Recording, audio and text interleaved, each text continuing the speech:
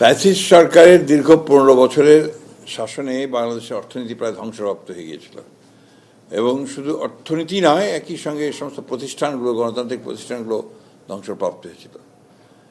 মাঝখানে interim government তারাও ঠিক সেইভাবে দেশকে, যেটাকে আমরা বলি যে একটা ট্র্যাকের মধ্যে ফিরিয়ে নিয়ে আসা, সেটাতে তারা ব্যর্থ হয়েছে, যার ফলে সমস্ত একটা ভঙ্গুর অর্থনীতি, একটা অলমোস্ট একটা অগোছালো অ্যাডমিনিস্ট্রেশন, প্রশাসন এবং অর্থনীতির চরম দুরবস্থার মধ্যে দিয়ে কিন্তু বিএনপি সরকার গঠন করেছে এবং দায়িত্ব এসে পড়েছে বিএনপি সরকার উপরে। সেই ধারাবাহিকতায় বিএনপি আজকে আমাদের অর্থমন্ত্রী আমির খসরু সাহেব তিনি বাজেট পেশ করেছেন। এই বাজেটটাতে প্রতিফলিত হয়েছে যে সরকার কতটা আন্তরিক, দেশের অর্থনীতিকে তারা পুনর্বাসন করতে চায় এবং একই সঙ্গে একটা গতি ফিরিয়ে আনতে চায়। এর সবচেয়ে বড় দিক হচ্ছে, যেটা আমার কাছে মনে হয়েছে, যে সম্পূর্ণ একটা ক্রিয়েটিভ বাজেট বলবো আমি এটাকে।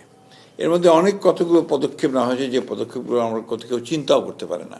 যেমন এখানে যে ফ্যামিলি কার্ড যেটা করা হয়েছে, এটা ফ্যামিলি কার্ডটা একটা বিশাল ব্যাপার এবং সেটা আগামী অর্থ বছরে প্রায় 41 লক্ষ মহিলা পরিবার প্রধান মহিলার হাতে এটাকে কার্ডটাকে তুলে দেওয়া হবে। সেখানে প্রায় ফ্যামিলি কার্ডে খরচ হবে, আমি আপনাদেরকে এক্সাক্টলি বলি যে তাতে কতটা ব্যয় হবে।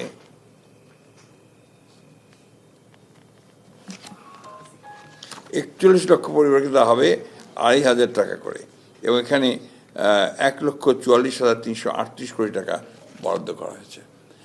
এটা আগামী বছর, এরপরে এটা বাড়তে থাকবে এবং একটা সময় আসবে যখন পুরোটাই কাভার করা হবে। ঠিক একইভাবে কৃষক কার্ড করা হয়েছে, আপনারা জানেন, 2,500 টাকা করে কর দেওয়া হবে। মসজিদ ও অন্যান্য উপাসনালয়গুলোতে 2,55,666 জনকে প্রতি মাসে সম্মানী প্রদান করা হবে এবং আপনারা জানেন যে সবই খাল খনন কর্মসূচির মধ্য দিয়ে একটা কৃষিতে সেচের ব্যবস্থা, আপনার পানি সংরক্ষণের ব্যবস্থা, একই সঙ্গে মৎস্য চাষ বা এই ধরনের বিষয়গুলোকে আবার উৎসাহিত করা হয়েছে। সবচেয়ে বড় আমার কাছে যে জিনিসটা ভালো লেগেছে, যে একটা দেশীয় উৎপাদনের ক্ষেত্রে যারা বিভিন্ন খাতে উৎপাদন করতে যাবেন, বিনিয়োগ করতে যাবেন, তাদেরকে যে প্রণোদনা দেওয়া হয়েছে, এটা আগে কখনো দেওয়া হয়নি এবং সমস্ত কর রেয়াত দেওয়া হয়েছে এবং অন্য সব রকমের সুবিধা প্রদান করা হয়েছে। এবং যেগুলো আমাদের দেশে উৎপাদন হয় সেগুলোকে প্রোটেকশন দেওয়ার জন্য বিদেশ থেকে আমদানি করার ব্যাপারে কিন্তু সেখানে কর আরোপ করা হয়েছে, অর্থাৎ প্রোটেকশন পুরোপুরিভাবে দেওয়া হয়েছে। কৃষির ক্ষেত্রেও আপনারা কীভাবে করা হয়েছে এবং আমাদের যেটা যে ক্রিয়েটিভ যে আপনার ইকোনমি যেটাকে বলছে তারা, এটা অত্যন্ত নতুন ধরনের একটা চিন্তাভাবনা। এই স্পোর্টস ইকোনমিতে আপনারা বলছে জাতীয় দলের খেলোয়াড়দের মাসিক সম্মানী প্রদান করা হচ্ছে, নতুন 20 স্পোর্টস আয়োজন করা হবে এবং ইন্টার স্কুল খেলাগুলোকে আবার চালু করা হচ্ছে। একই সঙ্গে আপনার 12 থেকে 14 বছরের প্রতিভান ক্রীড়া শিক্ষার্থীদেরকে বৃত্তি প্রদান করা হবে এবং 64 জেলায় 64 স্পোর্টস ভিলেজ প্রতিষ্ঠা করা হবে।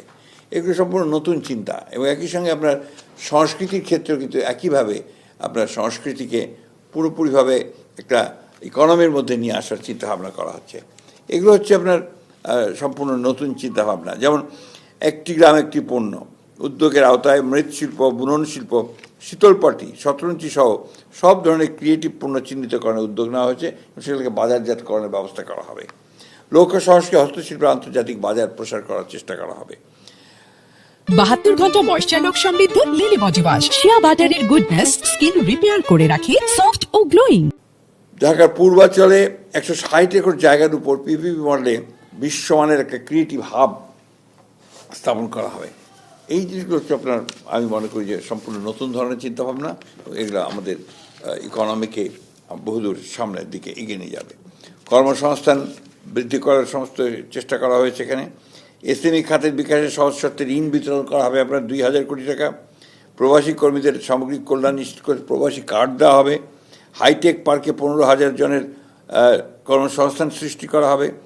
গ্রামীণ সড়ক সংরক্ষণে 400 কোটি টাকা, 35,000 নারীর কর্মসংস্থান সৃষ্টি হবে, যে রাস্তাগুলোকে আপনার কেটে ড্রেসিং করে গ্রামীণ, যেটা আপনার আমাদের এলজিইডি এবং অন্যান্য ডিপার্টমেন্টগুলো করে। এইভাবে আপনার প্রায় প্রতিটি ক্ষেত্রে দেখবেন যেখানে কর্মসংস্থান বৃদ্ধি, উৎপাদন বৃদ্ধি এবং আপনার বিনিয়োগ বৃদ্ধির ব্যাপারটা এখানে প্রধান হয়ে দাঁড়িয়েছে। এবং বিনিয়োগ আকর্ষণ করার জন্য সব রকমের ছাড় দেওয়া হয়েছে। যে আইনগুলো করা হয়েছে তাতে করে আপনার যারা বিদেশ থেকে বিনিয়োগ করতে আসবেন তারাও উপকৃত হবেন, এবং যারা দেশে বিনিয়োগ করবেন তারাও উপকৃত হবেন। শিক্ষা খাতে এখানে আগে ছিল আপনার জিডিপির 1.39%, সেটাকে বৃদ্ধি করে 2% উন্নীত করা হয়েছে। স্বাস্থ্য খাতে আগে ছিল 0.58, সেটাকে এখন 1.01-এ উন্নীত করা হয়েছে, এবং ব্যাপক পরিবর্তন আপনার স্বাস্থ্য খাতে নিয়ে আসা হচ্ছে। এই বিষয়গুলো কিন্তু অর্থনীতিকে অত্যন্ত দ্রুততার সঙ্গে একে আপনার সচল করবে, এবং আমরা আশা করি যে খুব দ্রুত বাংলাদেশের অর্থনীতি আবার ঘুরে দাঁড়াবে। আমাদের প্রধানমন্ত্রী জনাব তারেক রহমান সাহেবের নির্দেশে, তার চিন্তা ভাবনাগুলোর মধ্যে নিয়ে আমাদের অর্থমন্ত্রী আমির খসরু সাহেব, অর্থ মন্ত্রণালয়ের সকলের সহযোগিতা নিয়ে বিভিন্ন স্টেক হোল্ডারদের সঙ্গে কথা বলে আমার মনে হয় যে আপনার বাজেটটা করা হয়েছে। এই বাজেটটা মূলত হচ্ছে আপনার উৎপাদন বান্ধব, বিনিয়োগ বান্ধব এবং ব্যবসা বান্ধব। এটা আমার কাছে সবচেয়ে বড় করে মনে হয়েছে। এবং এই ধরনের বাজেট আমরা আগে কখনো দেখিনি।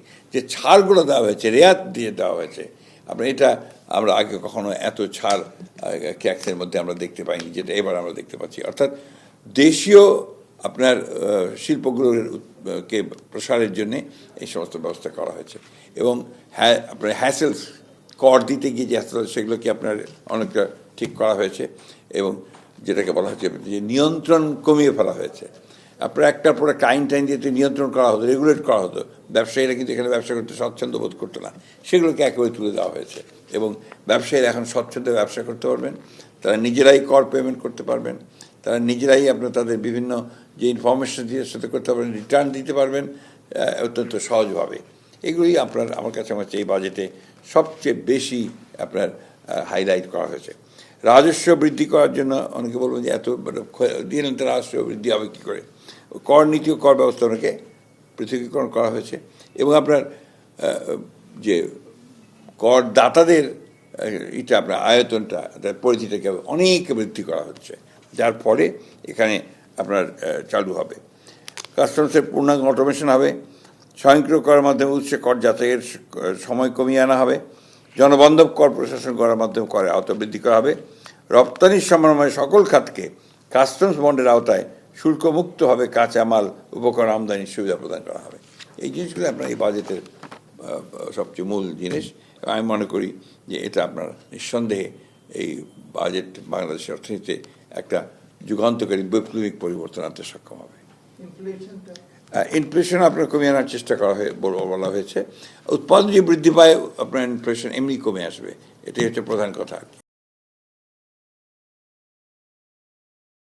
72 ঘন্টা ময়েশ্চার লক সমৃদ্ধ লিলি বডি ওয়াশ। শিয়া বাটারের গুডনেস স্কিন রিপেয়ার করে রাখে সফট ও গ্লোয়িং।